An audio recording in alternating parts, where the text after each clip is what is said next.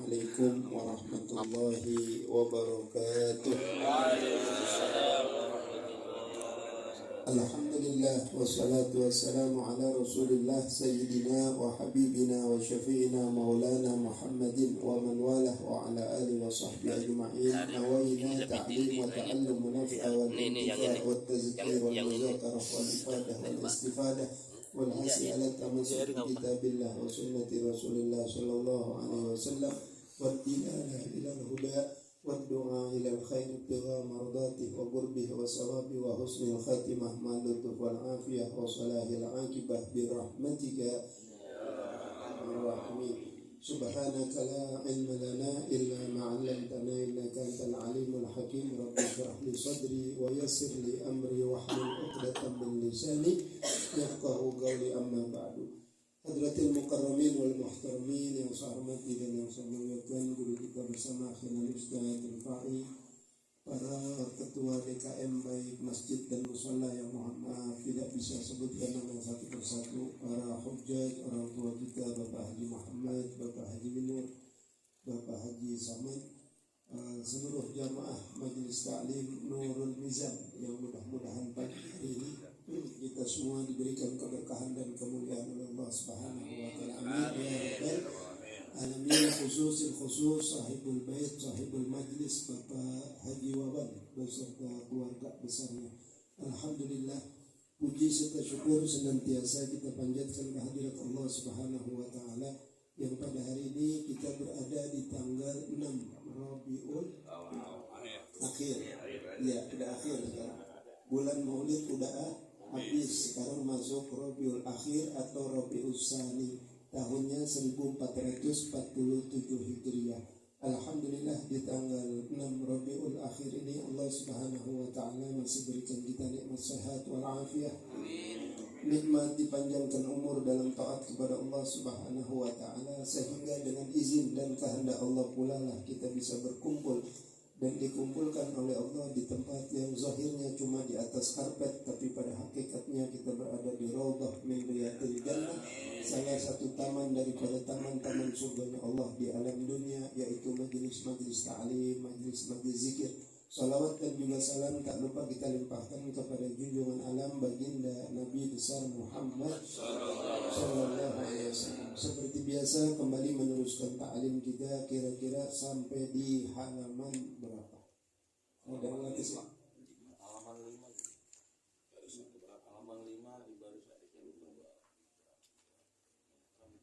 dari bawah mana? Dari bawah.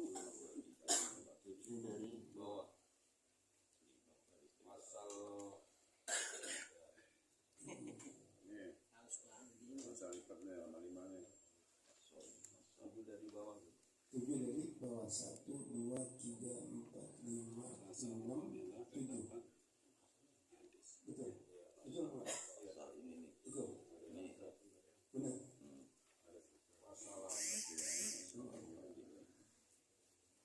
Temu semua?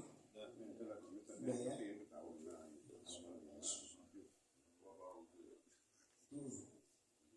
Apabila dapat hadas besar, itu benar ya?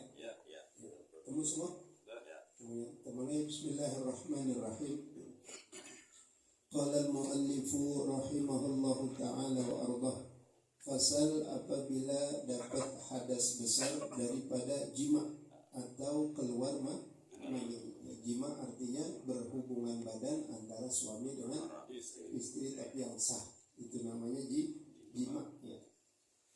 Apabila daripada jima atau keluar mani, maka haram sekalian yang tersebut itu, dan ditambah lagi haram membaca Al-Quran ya. Ada 6 yang diharamkan ketika kita lagi junub atau lagi hadas besar. Pertama sholat, kedua tawaf, ketiga memegang yang keempat membaca Al-Quran ya.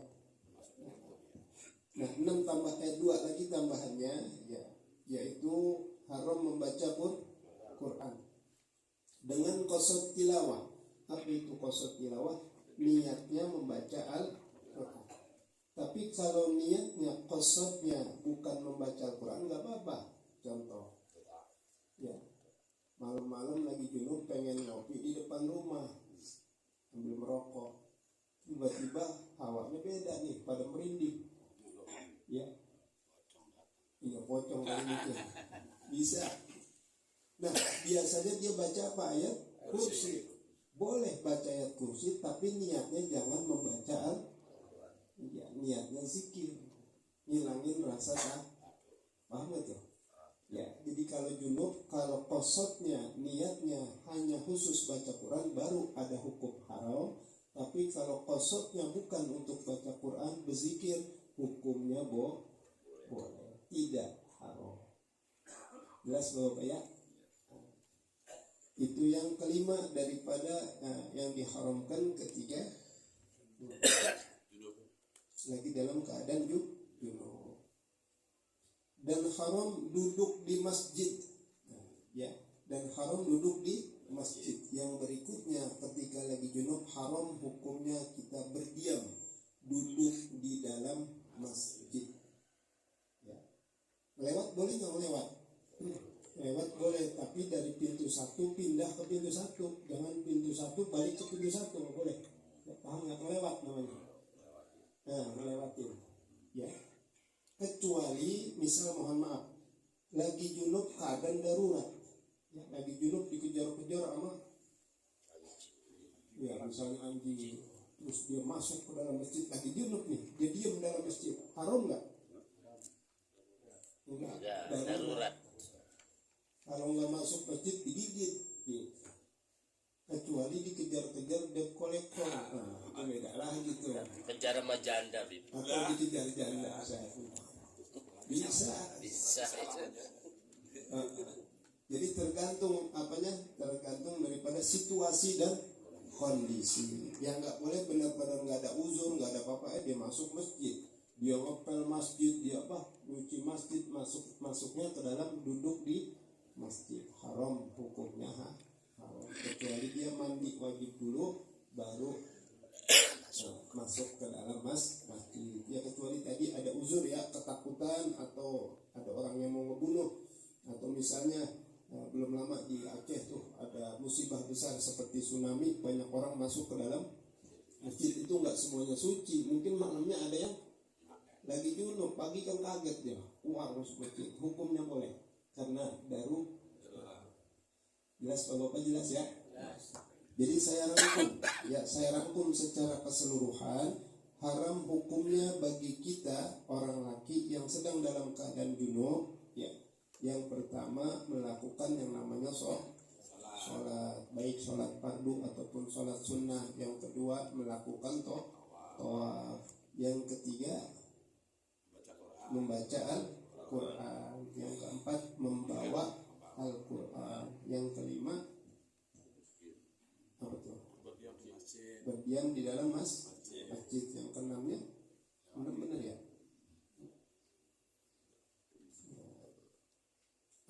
membaca Quran, kemudian duduk di dalam masjid. Itulah 6 hal yang diharamkan ketika sedang dalam keadaan junub. Sampai di sini ada yang mau tanyakan sebelum kita lanjut? Masalah gini, Bib. Ya. Kita kalau punya junub rasanya mental gitu, Bib. Mental. Iya, kalau kita mau pergi, kita mau kemana tuh nggak berani sebelum suci. Iya, bagusan buru-buru disuciin, jangan lama-lama. Ya. Minimal kalau dingin keadaannya mau mandi nggak enak dingin, maka minimal cebok sama wudu, itu ngilangin makruh. Karena kalau lagi junub itu makruh makan, makruh minum, makruh apa lagi, potong-potong kuku, makruh, potong rambut, ya, hitung duit nggak apa-apa. Bener bagus, enggak. Tapi kalau mau nambah gimana, Bib? Bagus nih pertanyaan. Ini dulu, mandi dulu, apa langsung aja jalan? Oh iya. Ya kan namanya pengantin baru, aja. Ya 3 kali 4 kali ya kan? Kemarin sintong tuh 3 kali 4 kali. Bagus pertanyaan. Bagaimana kalau mau nambah kembali hubungan badan? Tetap hukumnya makruh.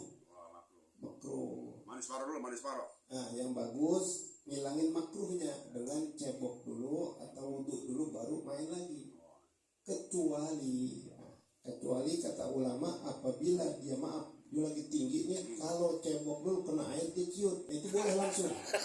Benar ini mah. Benar. Iya. Jadi apa kecualian? Takut air berarti dia. Ajar jahana masih nempel masalah. Oh, masih nempel. Iya. Itu pengalaman habis umroh nih. Tak.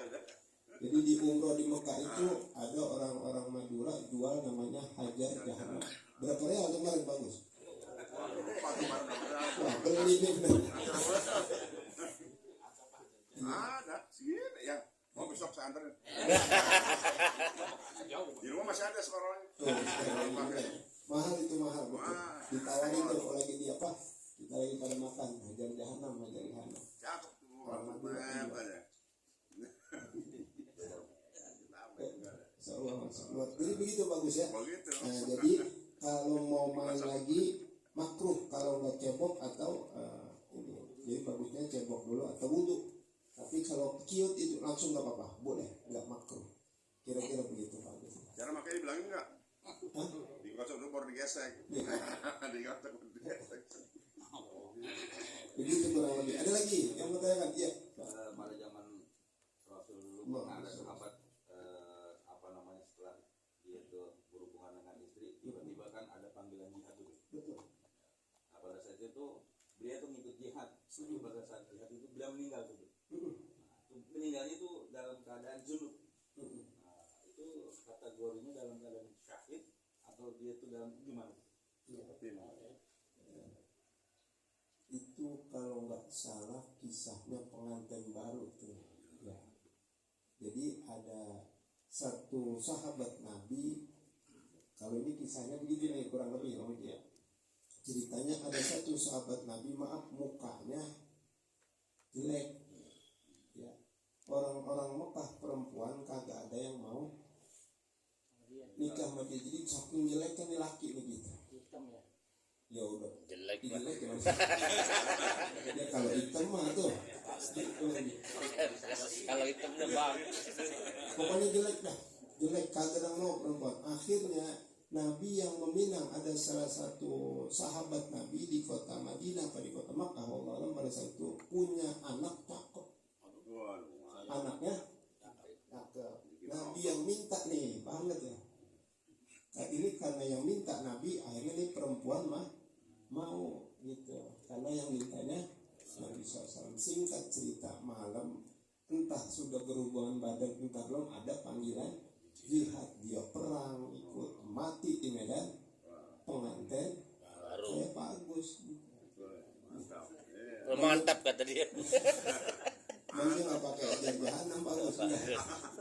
Kira-kira begitu ya.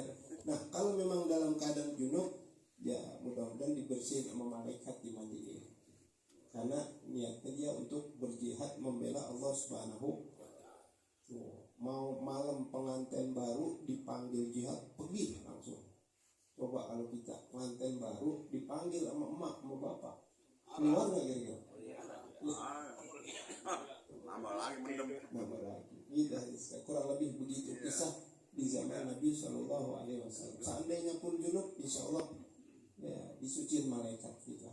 Sama seperti yang Imam Ja'far At-Tuyur, dia punya waktu perang itu. Imam Ja'far kan tugasnya megang bendera. Imam Ja'far dijulukin At-Tuyur. At-Tuyur itu burung. Ya, waktu perang megang bendera, kanan ditebas, kanan tangannya pindah ke kiri, kiri ditebas, pindah lagi ke badan. Ya, maksudnya nggak sampai jatuh, pindah lagi ke gigi. Oh, badannya udah pedang semua udah. Terakhir udah nggak kuat, dipegang itu bendera sama sahabat Nabi yang lain, dia rubuh. Begitu rubuh, kata sahabat dikasih minum. Ya Ja'far minum nih sebelum meninggal. Dibilang apa? Kata Imam Ja'far, enggak, aku nggak mau buka di sini, bukanya ntar aja di surganya Allah Subhanahu. Jadi berperangnya lagi dalam keadaan puasa.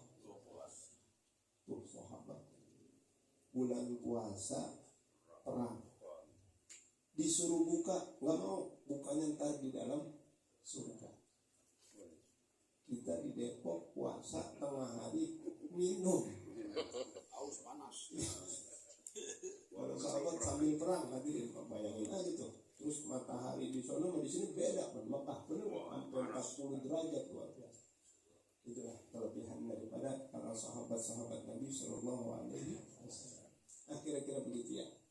Ada lagi yang mau tanya? Oh iya, lagi.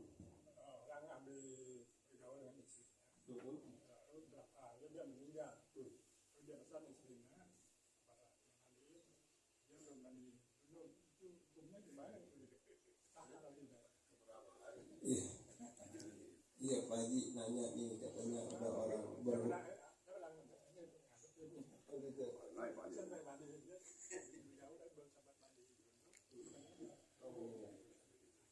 Iya, jadi pertanyaannya ada orang habis berhubungan badan belum sempat mandi tapi dia bilang bininya ya 2 hari atau 3 hari itu 2 hari oh, setelah itu paginya meninggal ya udah ntar ambil yang mandi ya,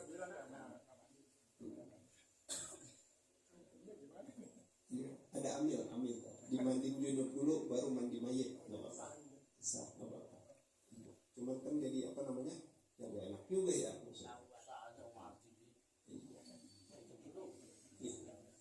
Bim, kalau meninggal COVID tuh bagaimana hukum Bim? Soalnya atau gimana? meninggal COVID mana tuh? iya. Banyak meninggal kan tuh. Nah itu gimana? Salah satu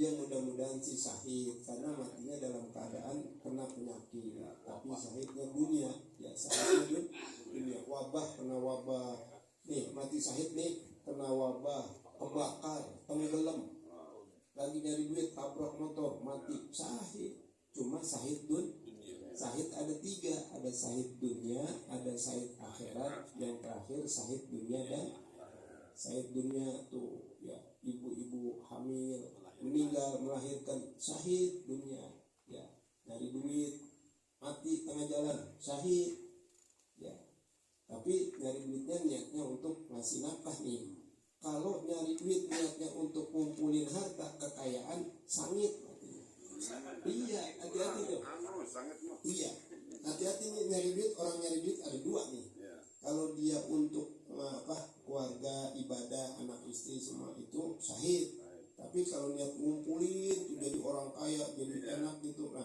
mati nggak syahid ya paham tuh ya hamil syahid kemudian syahid akhirat contohnya kayak kita nih mau ngaji tiba-tiba di jalan disampar malaikat Israil sampar yang nyamper bukan awan malaikat Israil mau ngaji nah syahidnya santri lagi belajar di pesantren tiba-tiba meninggal syahid akhirat tuh. Nah yang terakhir syahid dunia dan akhirat cuma 1 jihad fisabilillah. Nah kalau syahid fisabilillah syahid dunia akhirat ini nggak pakai hisab dia langsung masuk makanya nguburinnya tuh sama baju-bajunya darah-darah semua begitu seperti sahabat di waktu perang Uhud ya kalau kita umroh tuh mana tuh pemakaman Uhud itu mau baju-baju semua darah-darahnya begitu hadirin sekalian ya kira-kira begitu bagus ya ada lagi Kalau malam Jumat meninggal malam Jumat dari Jumat gimana? dalam satu hadis Nabi SAW mengatakan barang siapa yang meninggal pada hari Jumat dan 2 hari yang mengiringinya maka Allah ringankan siksa kuburnya dan 2 hari yang mengiringinya berarti ada apa? Sabtu sama Kamis. Jadi yang meninggal Kamis, Jumat, Sabtu diringankan siksa kubur. Cuman kita nggak bisa pesan. Kalau bisa pesan mah ya. Jadi bukan Jumat doang tuh, Kamis, Jumat, Sabtu. Sabtu sebelum asar. Yang meninggal janji kita hari Jumat dipotong sangat. Kalau di Jawa orang meninggal Sabtu kan jelek itu. Karena pendapat kali yang tradisi kan. Kalau di hadis begitu. Oh ya. Kamis, Jumat sama Sabtu qobla asar sebelum. Karena kalau ba'da asar masuknya minggu. Kan kalau dalam Hijriyah, hitungan Hijriyah Islam masuknya waktu itu ba'da asar. Kalau kita nasional jam 12 malam. Maghrib itu. Bukan maghrib. Ya, maghrib juga masuk. Ya maksudnya ganti hari. Oh, ba'da asar.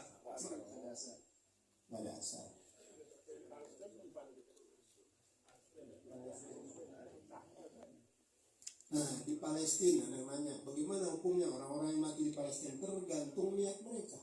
Nah, tergantung niat mereka. Kalau di saat musuh datang dia lawan perang mati, dia lawan bela syahid. Tapi di saat musuh datang dia takut lari, ketembak mati, sangit. Al-firar minaz-zahfi, orang yang lari dari medan perang jatuh dalam keadaan durhaka seluruh badannya. Nah, hati-hati nih masalah gitu. Tergantung. Jadi kalau mau syahid sekalian. Ini lagi perang, kita nih perang nih misalnya. Iya, perang. Terus takut dia mundur lari kan, nyelamatin diri, tiba-tiba mati ketembak atau ketusuk, sangit matinya. Jadi kalau rumahnya itu dia tetap di dalam banyak orang itu. Ya, itu syahid. Syahid itu selamat.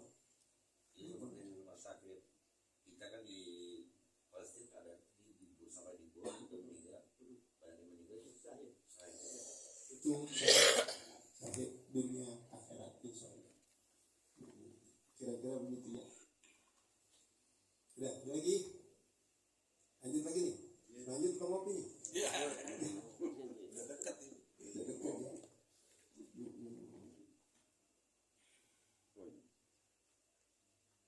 Kemudian lanjut dikit lagi nih ya. Dikit lagi nih. Baca Quran, mau tilawah, mau hafid.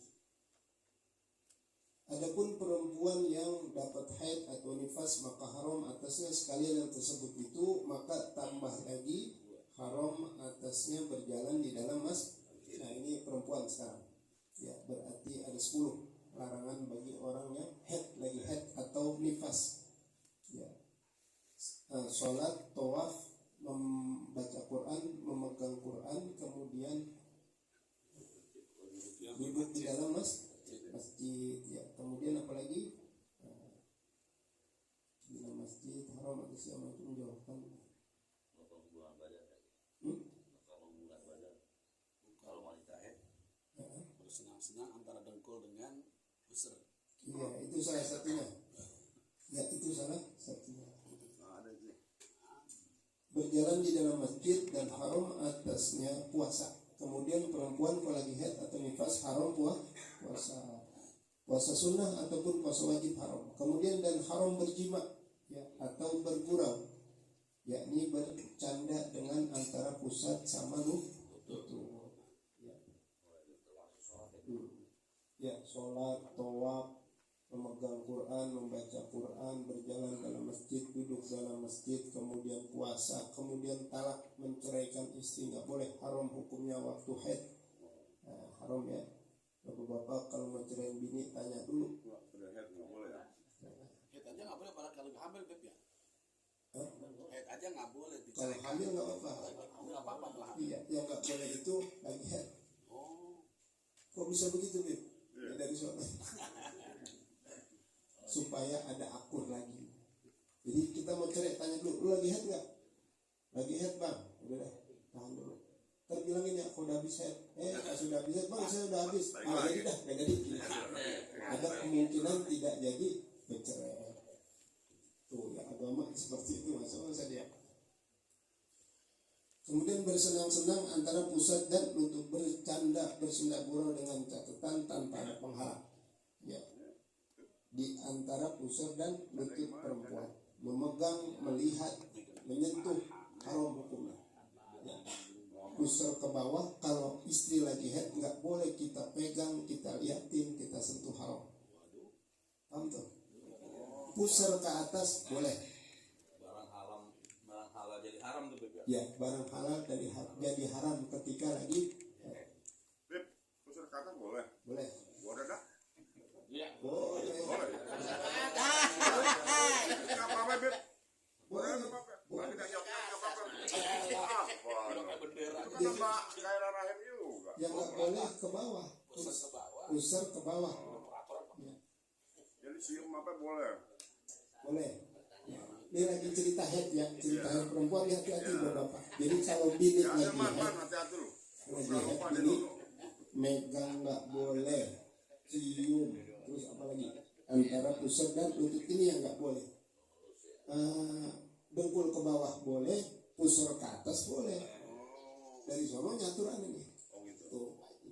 ada magnetnya juga ke bawah itu. Ada magnetnya juga ke bawah. Apabila kita pegang ini, pasti ke bawah turunnya. Istirahat dulu dah, istirahat seminggu dah. Iya, Udah. megang aja nggak boleh, apalagi hubungan badan. Kalau seandainya terpaksa dipaksa dia hubungan badan lagi head, maka tinggal tunggu resikonya apa. Resikonya kata ulama nanti anaknya akan cacat lahirnya, ya. Nauzubillah min cacat tuh. Jadi nanti nunggu headnya kelar baru main lagi kalau paling seminggu paling lama ya. Agak sabaran amat. Kecuali nipas 40 Hari. Itu luar kota. Nanti luar kota lama sebulan, gue nyampe ya lagi itu. pergi lagi keluar kota.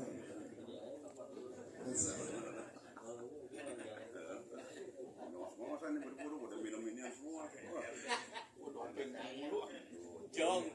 Jong jadinya.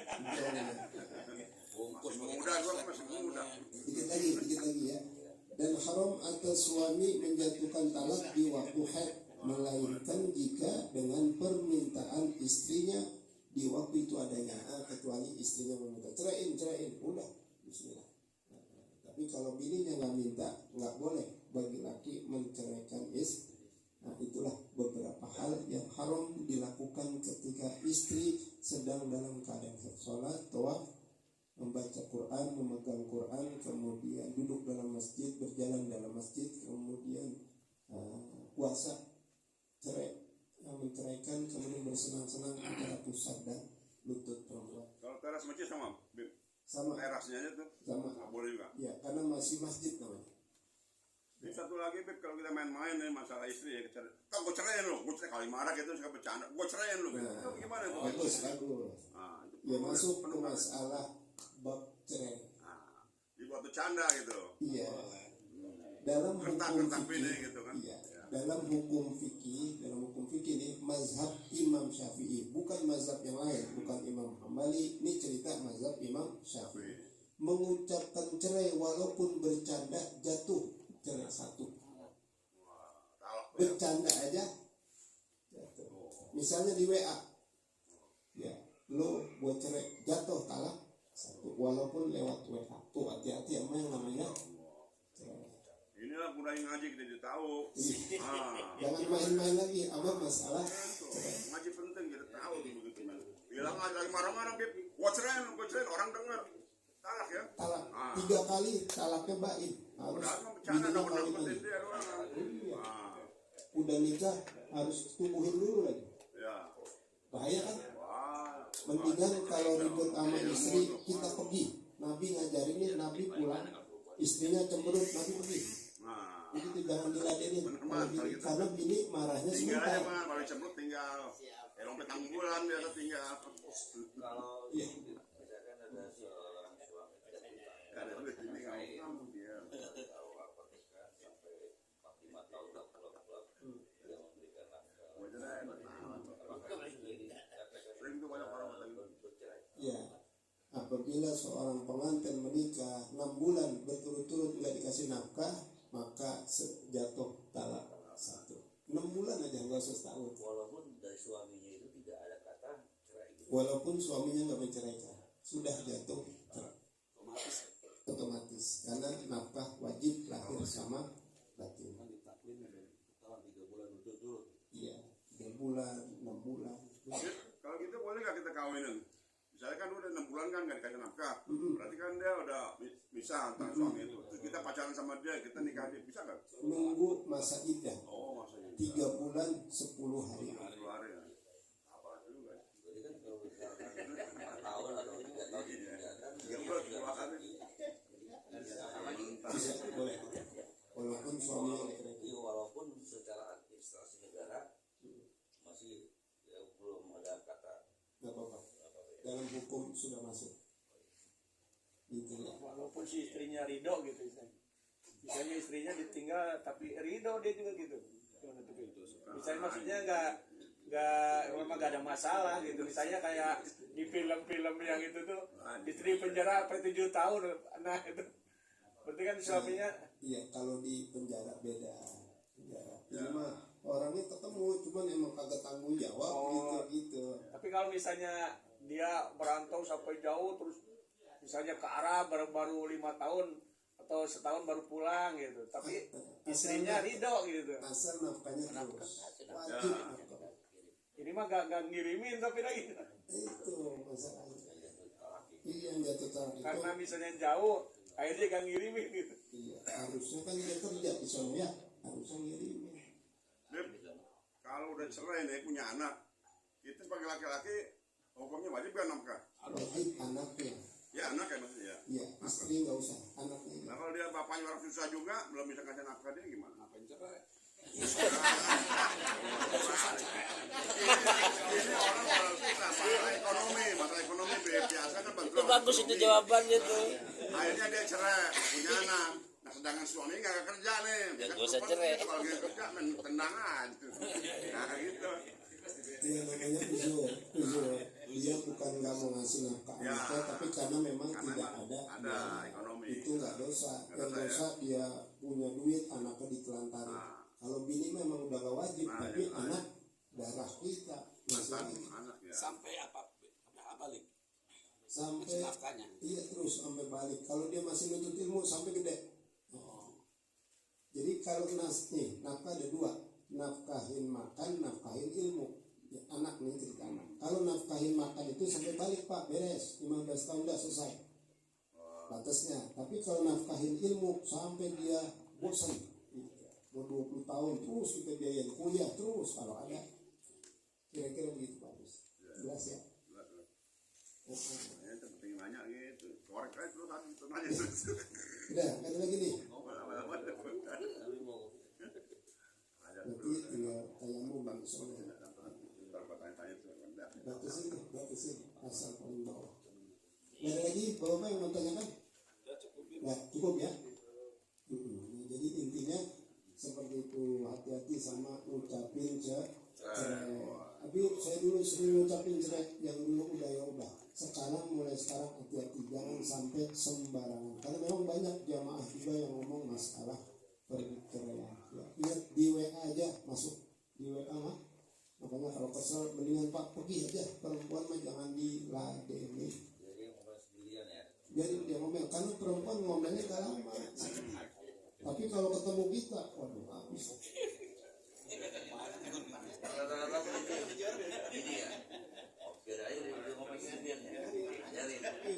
Beb, kalau cinta digantung gimana Beb? Cinta digantung, mereka orang digantung loh. Dicerai enggak tapi digantung. Ada kan? Iya ada. Digantung aja dia nggak dikasih nafkah, ini kan? Nggak diceraikan. Ya, dikasih nafkah. Iya, pokoknya sampai patokan 6 bulan. 6 bulan ya. Ya, digantung dikasih nafkah enggak apa enggak, udah jatuh cerai dengan sendiri. Itu disahkan sama pengadilan ya. Sah pengadilan. Nah, Kalau agama. duit 10.000 iwat sebagai pengantin. Oh gitu. Siwak apa? Gara-gara MUI ini Siwak. dijelasin ya masalah pernikahan. Ada Amil nggak sih Amil? Nggak ada Amil, belum ini belum datang Oh, iya. lagi. Amil lebih tahu masalah pernikahan. Gitu kira-kira. Amil. Oh iya ada Pak Mudi Amil. Bantuin doang, Beb. Iya. Beb, kalau dikasih itu sebenarnya sah ya? Dikasih sah kan? Yang penting syaratnya nikah itu ada nih nikah 5 ya syaratnya ya biar tahu. Ya, ini Yang pernikahan. pertama ada pengantin laki, ada pengantin perempuan.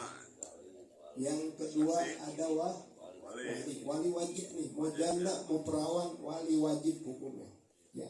Yang ketiga ada saksi minimal 2. Yang kelimanya, yang keempat ijab kabul, ijab sama kabul. Kalau mahar nggak? Mahar sunnah. Nah, Ya. Mahar bebas. Mau duit, mau sendal. kalau bapaknya meninggal, wakil sama Bapak. bapaknya meninggal, bapaknya dia meninggal si cewek nih. Yang wakil siapa? Nah, urutan wali. Nah, Bagus, wali. Ya, ini urutan penting wali. nih, dengerin nih semua nih. Ya, urutan wali itu pertama bapak kita. Bapaknya perempuan. Ya, Kalau bapak meninggal, bapaknya yang kedua kakek. oh apa? Kakek. Kakek udah nggak ada, bapaknya udah meninggal, kakeknya tinggal ada. jadi bapak Kan urutannya. Iya, urutannya. Urutannya bandel. Bapak, kemudian kakek nih, jangan dilangkah kakek tuh. Ya, ya. Habis kakek baru ke adik atau kakak kandung laki, Berarti resmi kita nih. ya kan? Habis adik kakak kandung laki nggak ada juga, baru paman. Ya, ya, ya.